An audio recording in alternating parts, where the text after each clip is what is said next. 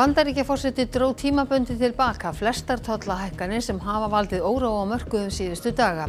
Hann hækkaði hins vegar tolla á vörur frá Kína sem nú eru orðnar 125%. Óvenjuleg hreyfing á skuldabréfamörkuðum vestanhafs bendir til að líkur á fjármálakreppu fari vaxandi. Hagfræðingur segir þetta til marks að Bandaríkin séu að glata trausti heimsins.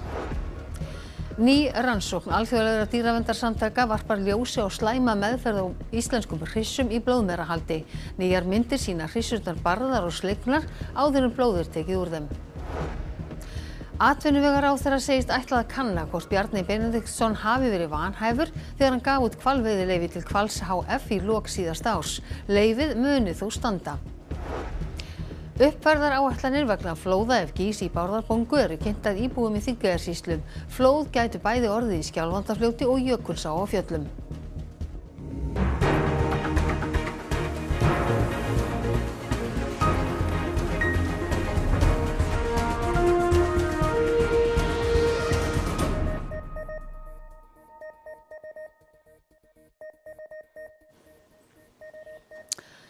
Komið þið sæl. Bandaríkjaforseti ákvað síðdegis að gera tollahlé á aðrar vörur en kínverskar eftir að hafa sagt þjóðarleiðtoga að grátbiðja sig samning frá tollunum. Kínverjar settu í dag tolla á Bandaríkin og lofuðu að berjast til enda í tollastríðinu þeirra á milli. Það má segja að í dag hafi soðið upp úr í tollastríðinu sem Donald Trump Bandaríkjaforseti hefur stofnað til. Þá tóku nýjustu tollarnir gildi, 20% á allar innfluttar vörur frá tugum viðskiptalanda, þar á meðal frá Evrópusambandsríkjum, og 104% tollur á vörur frá Kína. Kínverjar svöruðu í morgun með 84% tolli á bandarískar vörur sem tekur gildi á morgun. Þeir tilkynntu jafnframt að þeir hefðu sendt kvörtun til alþjóða viðskiptastofnunarinnar. 如果美方置两国和国际社会的利益于不顾，执意打关税战、贸易战，中方必将奉陪到底。 Sjálfur talar Trump ekki eins og hann sé líklegur til að bakka með tollana og sagði meðal annars í ræðu í hátíðarkvöldverði repúblikana í gærkvöld að þeir væru þegar að skila $2 milljörðum á dag. These countries are calling us up, kissing my ass. They are dying to make a deal. Please, sir, make a deal. I'll do anything, sir. Yfirlýst ætlun Trumps með tollunum að fleiri störf flytjist til Bandaríkjanna. Viðbrögð fólks eru þó misjöfn, en óttast hærra verð á vörum, enda ákváðu sumir að hamstra áður en tollarnir tóku gildi. I bought some jeans for my daughter. She's 2. I'm seeing like prices could go up soon, so I'm trying to hurry up and get as much as I can as far as basic necessities, things that we need. We didn't think he was going to come and hit it this hard. We thought he was going to come in with a little better game plan. But Trump is a genius, so I don't understand how these tariffs are supposed to be good for us. You know what I mean? The bottom guy is the one that pays for it in the end. Nú síðdegis þegar Trump tilkynnti hlé á tollahækkunum annars staðar, tilkynnti hann samhliða að tollar á Kína myndu hækka í 125%. Hreyfingar á mörkuðum undanfarna daga gefa sterkar vísbendingar að traust á bandarísku hagkerfi farið þverrandi. Viðlíka þróun sást síðast í aðdraganda fjármálakreppunnar 2008 en yfirlýsing Trump síðdegis frestun hæstu tolla virðist hafa róað taugar fjárfesta. Forstjóri Arion banka segir tollastríð auka líkur á alþjóðakreppu. Það aukast klárlega með þessu og það er ljóst að hreyfingar til þess að skuldabréfamörkuðum í dag, ríkisskuldabréfa ávöxtunarkrafan í Bandaríkjunum að hreyfast mikið bæði í gær og í dag. Þannig að það eru blikur á lofti, sannarlega. Hlutabréfamarkaðir allan heim halda áfram að nötra eftir að Donald Trump hóf tollastríð sitt við heiminn. Alla jafna, þegar hlutabréf falla í verði, leita fjárfestar í öruggari fjárfestingu eins og skuldabréf, ekki síst bandarísk. Við það lækkar ávöxtunarkrafa á skuldabréfin. En undanfarna daga hefur svo óvenjulega þróun orðið að á sama tíma og bandarísk hlutabréf hrynja í verði, þá hefur gengi dollars lækkað og ávöxtunarkrafa á bandarísk skuldabréf hækkað. Viðlíka hækkun á svo skömmum tíma hafði ekki sést síðan í aðdraganda fjármálakreppunnar 2008 en fréttir frestun hæstu tolla síðdegis drógu úr hækkunum. Svona hreyfing, hækkun á kröfu og veiking á gjaldmiðli yfirleitt til marks tap á trausti. Og þetta svipuð hreyfing og við sáum til dæmis í Bretlandi í ríkisstjórnartíð Liz Truss að þegar markaðurinn misti trú á því sem hún var að gera þá hækkaði krafan og gjaldmiðillinn veiktist og það svipað og við erum að sjá í Bandaríkjunum í dag. Bandaríkin hafa áratuga skeið verið kjölfestan í alþjóða viðskiptakerfinu og dollarinn á sama tíma verið forðamynt heimsins. Hverfi traustið hefði það ófyrirsjáanlegar afleiðingar. Og núna tekur við held ég bara mjög mikið óvissu tímabil þar sem að markaðsaðilar reyna að lesa í þessa breyttu stöðu. Benedikt segir að Íslandi eigi margt undir, enda sæki íslensk fjármálafyrirtæki mikið af sinni þjónustu til Bandaríkjanna. Lífeyrissjóðir landsins eiga nú ansi hátt hluta af þessum erlenda sparnaði undir þar líka. Þannig að okkar traust þar og vonandi mun Bandaríki standa undir því trausti. Nú Björn Malmquist, fréttamaður, þú ert í Brussel þar sem viðbrögð við tollahækkunum voru rædd í dag. Hverju breytir þessi frestun Trumps? Já, þessi viðsnúningur Trumps kemur auðvitað upp á sama dag og aðildarríki ESB hafa verið að samþykkja mótaðgerðir út af tollahækkunum sem að Trump kynnti í síðasta mánuði. Það hafa engin opinber viðbrögð borist enn sem komið hérna í Brussel en ég ímynda mér þetta séu góða fréttir, ekki bara vegna þess að nú fær ESB meiri tíma til að undirbúa mögulegar mótaðgerðir verði af þessum aðgerðum eftir 90 daga og líka meiri tími til að semja við Bandaríkjamenn sem að reynda leiðtogar Evrópusambandsins hafa ítrekað lýst yfir vilja til að gera. Nú Kristrún Frostadóttir forsætisráðherra, hún í Brussel og var að funda með leiðtogum Evrópusambandsins. Bar þessi fundaferð hennar einhvern árangur? Já og nei, þetta var auðvitað fyrsta spurningin sem ég spurði Kristrúnu þegar ég hitt hana núna síðdegis hérna í Brussel eftir að hún fór á fund Ursulu von der Leyen, forseta framkvæmdastjórnar Evrópusambandsins í byggingunni hérna fyrir aftan mig. Sá fundur var í klukkutíma, hún fór svo beint yfir í byggingu leiðtogaráðsins þar sem hún hitti forsetaráðsins Antonio Costa sem fyrrverandi forsætisráðherra Portúgals. Hún hefur að vísu hitt þau bæði áður en þetta í fyrsta skiptin sem hún kemur til Brussel og hittur þau hér. Já, ég fékk það fram sem ég vildi að tillitinu til að þessi skilaboð komu mjög skýrt til skila, millileiðalaust, að það skipti alveg ofboðslega miklu máli að vernda innri markaðinn, að við myndum ekki lenda á milli ef það kæmi upp tollastríð á milli þessara tveggja landa. Og þá erum við kannski fyrst og fremst að tala tolla til þess að vernda innri markaðinn sem að Ísland gæti dregist inn í. Auðvitað núna verið að leggja beint að tolla á Bandaríkin en það gæti undið upp á sig. Það ríkir skilningur á þessu en við erum ennþá snemma í ferlinu og þess vegna bara einfaldlega ekki komið að neinum skuldbindingum. Sem sagt, jákvæð orð og skilningu, sagði Kristrún, en hún fekk enga tryggingu fyrir tollaskjóli, ekki frekar en Jonas Gahr Støre, forsætisráðherra Noregs. Hann kom hingað á mánudaginn í sömu erindigjörðum og fundaði með von der Leyen. En það ríkur skilningur hjá Evrópusambandinu. Það kom skýrt fram að þau vilja passa upp á samband okkar við innri markaðinn og það kom líka fram að þau myndir láta okkur vita af einhverjum breytingum sem yrðu. Það verður þétt samband og það mun ekkert koma okkur á óvörum. Kristrún mætti svo í EFTA-húsið hérna í Brussel síðdegis og kynnti sér starfsemina þar í þeim stofnunum sem að þar eru til húsa. Hún segist að hafa fundið fyrir góðum vilja á fundunum með leiðtogum ESB í dag og það var reyndar fleira rætt heldur en bara tollamál. En þau eru mjög áhugasöm Ísland, þau eru mjög áhugasöm norðurslóðir, Norður-Atlantshafið og þau eru mjög áhugasöm hvernig við getum til að mynda styrkt okkur í samstarfi í öryggismálum.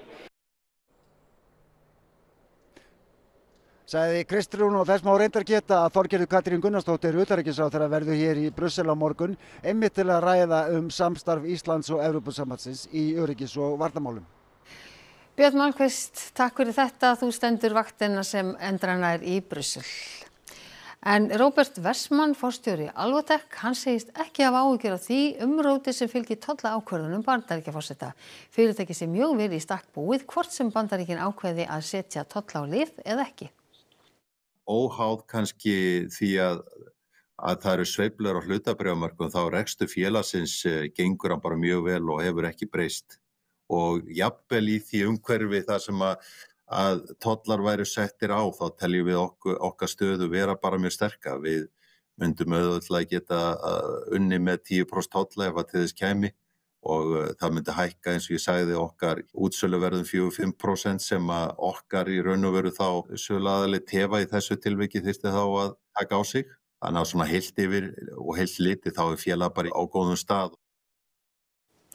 Íslensk hross eru beitt kerfisbundinni grimmd og ofbeldi og verða það áfram meðan blóðmerahald við lýði að mati dýraverndarsamtaka sem rannsaka hafa blóðtöku úr dýrunum. Lögmaður samtakan segir stjórnvöld brjóta reglur dýravernd á Íslandi. Við vörum við myndunum sem fylgja þessari frétt. Þessar myndir sem við sjáum hér eru teknar í síðustu blóðtökuvertíð í september í fyrra og koma hér í fyrsta sinn fyrir sjónir almennings. Þetta eru að mestu ótamdar hryssur, fylfullar sem bíða blóðtöku og á meðan eru þær slegnar, sparkað í þær og þeim ógnað. Aftur og aftur og aftur. Mér finnst þetta náttúrulega óhugnalegt eins og ég held flestum sem á horfa. Katrín Oddsdóttir er lögmaður samtakana sem hafa rannsakað og birti leynilegar upptökur á blóðmerahaldi hér á landi frá árinu 2019. Og það kannski er óhugnarlegast út frá mínum bæjardyrum að þetta er að gerast núna ítrekkað á Íslandi, að hér koma inn einhver samtök og ná að taka upp myndefni þar sem við sjáum bara mjög augljós dýraníð í blóðmerahaldi á Íslandi. Blóðmerahaldi sem ég held í raun og veru að eigi sér ekki stoð í lögum. Þegar blóðtaka fyrir fram er mikilvægt að hryssurnar séu í yfirveguðu og afslöppuðu umhverfi og er það raunar meginregla í blóðtökunni. Lítið fer þó fyrir því á þessum bæ sem samtökin kalla blóðtökubæ nr. 44. Og á fleiri bæjum má sjá órólegar hryssur með höfuðið reirt upp á meðan sprautu sem er hálfur sentimetri í þvermál er stungið í bláæð með misjöfnum árangri í þeim tilgangi að sækja hormón sem síðan er notað í framleiðslu frjósemislyfja fyrir dýr. Dýraverndarsamtökin kalla meðferðina á íslenskum blóðtökuhrissum kerfisbundna grimmd sem verði að stöðva tafarlaust. Fólk verður bara hreinlega að horfa í spegil, fólki sem ber ábyrgð á þessu, bæði Matvælastofnun og atvinnuvegaráðuneytið nú fyrir matvælaráðuneytið og stöðva þessa starfsemi samstundis. Upptökur samtakanna hafa ítrekað varpað ljósi á slæma meðferð á dýrunum. Þær urðu til þess að eftirlitsstofnun EFTA komst að þeirri niðurstöðu að Ísland hefði brotið gegn reglum EES vernd dýra sem eru notuð í vísindaskyni. Reglugerðin sem gæti hjálpa þessum hrossum og þessum skynugu skepnum frá allri þessari óþörfu þjáningu, henni er ekki beitt á Íslandi og ég velti fyrir mig hvort að auðmagn sé einhvern veginn búið að trompa hér sjálfsagðar reglur dýravernd í landinu. Og það verður fjallað nánar slæma meðferð á blóðmerum í Kastljósi í kvöld og þar verður líka viðtal Baldvins Þórs Bergssonar við Róbert Wessman. Atvinnuvegaráðherra segir að hvalveiðileyfi sem Bjarni Benediktsson gaf út í byrjun desember standi. Hún segir þó sennilegt að kalla verði eftir gögnum til að kanna hvort ráðherra hafi í reynd verið vanhæfur. Bjarni Benediktsson fyrrum forsætisráðherra taldi sig vanhæfan í lok október til að afgreiða umsókn Hvals hf leyfi til veiða á langreyðum. Þetta kemur fram í gögnum frá matvælaráðuneytinu. Bjarni hugðist víkja sem settur matvælaráðherra þar sem venslamaður hans, eins og það er orðað, ætti sérstakra og verulegra hagsmuna að gæta. Hálfu mánuði seinna upplýsti Bjarni ráðuneytisstjóra að ástæður fyrir vanhæfinu væru ekki lengur fyrir hendi. Ekki kemur fram í gögnum hverjar þær ástæður voru. Ég hef farið yfir mín hæfismáli þessu máli og það liggur fyrir að hvorki ég né náinn mér nákominn er með einhver slík tengsl í félagi að það leiði til vanhæfis. Bjarni gaf svo út 5 ára hvalveiðileyfi í byrjun desember, nokkrum dögum eftir alþingiskosningar. Það er hans að meta, það er yfirleitt bara stjórnmálamenn og ráðherra sem meta sjálfur hæfi sitt byggt á þeim gögnum sem þeir hafa og þannig er bara staðan. Þá hafi ekki verið til skoðunar að kalla eftir gögnum til að kanna hvort Bjarni hafi í reynd verið vanhæfur í þessu máli. En ég mun nú sennilega gera það á næstu dögum, mér heyrist viðbrögðin vera þannig og það verður þá bara, ég verð bara að fá tíma til að melta það. Þannig að þessi leyfisveiting, hún mun standa? Að öðru óbreyttu, já. Leikur Íslands og Ísraels í umspilum sæti á HM kvenna í handbolta hefst klukkan 7:30 á Ásvöllum í Hafnarfirði. Nú leikurinn er spilaður án áhorfenda að ráði ríkislögreglustjóra. Eva Björk Benediktsdóttir fréttamaður er á Ásvöllum. Það var boðað til mótmæla Eva vegna leiksins, en eru margir mótmælendur mættir? Það hefur verið svona bætast verulega í fjölda núna bara á síðustu mínútum og það getur verið að enn eigi eftir að bætast í. Það verið að mótmæla bara fyrst og fremst veru ísraelska liðsins hérna á Íslandi. Bæði HSÍ og íslensku leikmennirnir hafa fengið mikla gagnrýni bara fyrir það að spila þennan leik en aðrir hafa bent á það að sú gagnrýni ætti kannski frekar að beinast að alþjóða handknattleikssambandinu sem að heimilar Ísrael taka þátt í keppnum á þeirra vegum. En það ekki ástæðulausu að ríkislögreglustjóri ákveður að þessi, leggur til að þessi leikur verði spilaður án áhorfenda. Og ég ræddi hérna áðan við Ívar hjá öryggisdeild embættisins. Þetta bara öryggisgæsla út af landsleik sem við höfum oft verið með. Talver einhver sérstök ógn? Nei, öryggismatið sem var gert trúnaðarmál og við erum með öryggisráðstafanir í samræmi við það og öryggisráðstafanir eru trúnaðarmál. Eitthvað hægt að gefa út hvað eru margir hérna frá ykkur og þá lögreglu á höfuðborgarsvæðinu sem að standa vaktina í kring þennan leik? Nei, við getum ekki gefið upp hvað eru margir lögreglumenn í verkefninu. Já, sagði Ívar og hann tók nú fram svona áður við fórum í þetta viðtala að það var kannski ekki talin mikil ógn af mótmældunum enda leggja þeir upp með að mótmælin hérna verði friðsamleg en við heyrðum í þeim hljóði hérna rétt áðan. Bara að það svívirðilegt að íslenskt landslið skuli yfir höfuð láta hvarfla að sér að leika hvaða leik sem við þjóðarmorðsþjóð. Við upplifum þetta sem skammarlegan dag. Við erum harmi lostin yfir hinum hræðilegu atburðum sem eiga sér stað á Gaza þar sem að Ísraelsmenn fremja þjóðarmorð með samþykki og stuðningi Bandaríkjanna og Evrópuþjóðanna og við trúum því varla að þetta sé að gerast hér. Við trúum því varla að fólk ætli sér að fara í sögubækurnar hafandi staðið hjá þegar að murkaði lífið úr börnum og konum, sjúkraflutningamönnum, blaðamönnum og svo mætti áfram telja. Og við minnum á að báðir leikirnir bæði í kvöld og á morgun þeir eru sýndir í beinni útsendingu á RÚV 2. En að öðru, í dag hafa verið haldnir fundir í Þingeyjarsýslum áhrif á hugsanlegu eldgos í Bárðarbungu. Ágúst Ólafsson fréttamaður á íbúafundi sem nýhafinn í Skúlagarði í Öxarfirði. Já, það stemmir. Við vorum fyrir í dag á fundi í Ídölum í Aðaldal og þar sem var fullt hús og fólk áhugasamt að fylgjast með. En hér semst hafinn fundur númer 2. Hermann Karlsson, þið eruð að kynna það sem þið kallið uppfærðar áætlanir. Í hverju felst það? Þetta bara uppfærsla frá 2014 að þegar jarðhræringarnar hófust í Bárðarbungu og sem endaði með gosi í Hólurhrauni, þá vann Veðurstofan hermun á jökulhlaupum úr Bárðarbungu og sem við studdust við þá í þeim verkefnum og núna bara búið að vinna uppfærsla á því og það svona það sem við erum að kynna og fara yfir með íbúum. Og þetta eru áhrifasvæði hugsanlegra flóða bæði úr Skjálfandafljóti og Jökulsárfjöllum? Já, það eru svona þessi tveir valmöguleikar sem að geta þá runnið í okkar svæði við þessa átt og við erum að fara yfir það með íbúum á þessum svæðum, svona hvernig birtingarmyndir eru og þessa nýja hermun frá Veðurstofunni sem að með þeim hætti að við erum afskaplega sátt líka við hvernig tiltókst 2014-15 að þetta svona staðfestir að sú vinna var bara velgerð og það eru litlar breytingar svo sem en þetta bara staðfesting og stöðun í dag samt. Það mjög góð mæting hér í Skúlagarði og eins í Ídölum fyrir í dag. Greinilegt að fólk hefur áhuga á þessu, vill fylgjast með, en fólk áhyggjufullt? Það myndi nú ekki segja að vera áhyggjufullt. Fólk hefur mikinn áhuga, það rétt. Það mjög góð mæting og íbúar kölluðu eftir þessu strax, ósku eftir þessu samtali strax þegar þetta var í boði og þeir vilja vita hvað í gangi, hvað ekki að afla upplýsinga og við erum bara bent, það hefur komið skýrt fram að Veðurstofan mun með allar þessar nýju upplýsingar sína líka koma þeim vel á sinn vef. Þannig við hvetjum alla sem að geta og þurfa að vilja að snúa sér þangað og afla frekar upplýsingar. Hermann, takk kærlega fyrir þetta og við segjum þetta gott hérna úr Skúlagarði í Öxarfirði.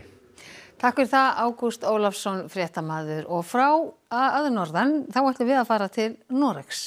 Því Halla Tómasdóttir, forseti Íslands, átti fund með forsætisráðherra Noregs í dag á öðrum degi ríkisheimsóknar þangað. Athygli vakti að forsetinn talaði á ensku í Danmörku í október, en í gær valdi hún að flytja ræðu á íslensku. Men med kongen og dronningen tilladelse vil jeg gerne fortsette talen på islandsk. Íslenska stendur næst þeim tungum sem talaðar voru á Norðurlöndum til forna. Halla gerði ræðu sína að umtalsefni í færslu á Facebook í dag. Þar segir að íslenska sé kennd sem annað mál víða heim, útlendingum finnist gaman að heyra tungumálið okkar og við ættum ekki að hika við að nota það. Hún þurfti hins vegar að gera stutt hlé á máli sínu þegar gestur veiktist skyndilega.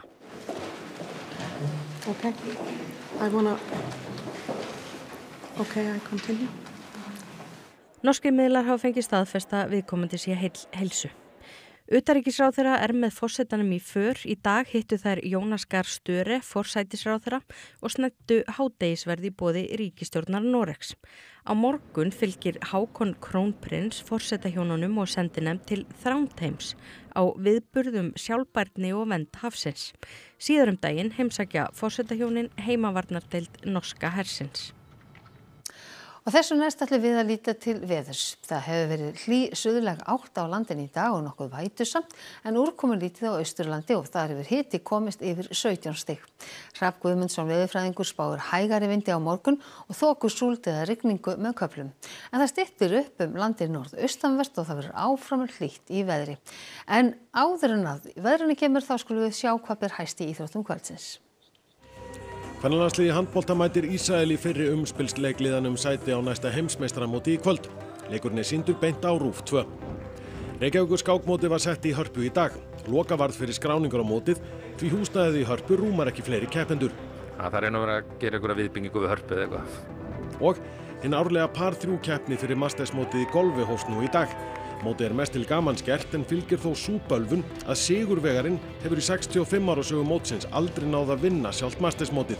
Íþróttir hér eftir andartak. Og við ætlum að rifja upp helstu atriði fréttatímans. Bandaríkjaforseti dró tímabundið til baka flestar tollahækkanir sem hafa valdið óróa á mörkuðum síðustu daga. Hann hækkaði hins vegar tolla á vörur frá Kína sem nú eru orðnir 125%. Óvenjuleg hreyfing á skuldabréfamörkuðum vestanhafs bendir til að líkur á fjármálakreppu fari vaxandi. Hagfræðingur segir þetta til marks að Bandaríkin séu að glata trausti umheimsins. Ný rannsókn alþjóðlegra dýraverndarsamtaka varpar ljósi á slæma meðferð á íslenskum hryssum í blóðmerahaldi. Nýjar myndir sýna hryssurnar barðar og slegnar áður en blóð tekið úr þeim. Atvinnuvegaráðherra segist ætla að kanna hvort Bjarni Benediktsson hafi verið vanhæfur þegar hann gaf út hvalveiðileyfi til Hvals hf. í lok síðasta árs. Leyfið muni þó standa. Þessum fréttatíma að ljúka og það kom að íþróttum, veðri og svo Kastljósi. Nýjustu fréttir má alltaf finna inn á RÚV.is en næstu fréttatímar þeir eru í útvarpi og sjónvarpi klukkan 10 í kvöld. Við sjáumst þá, verið sæl að sinni.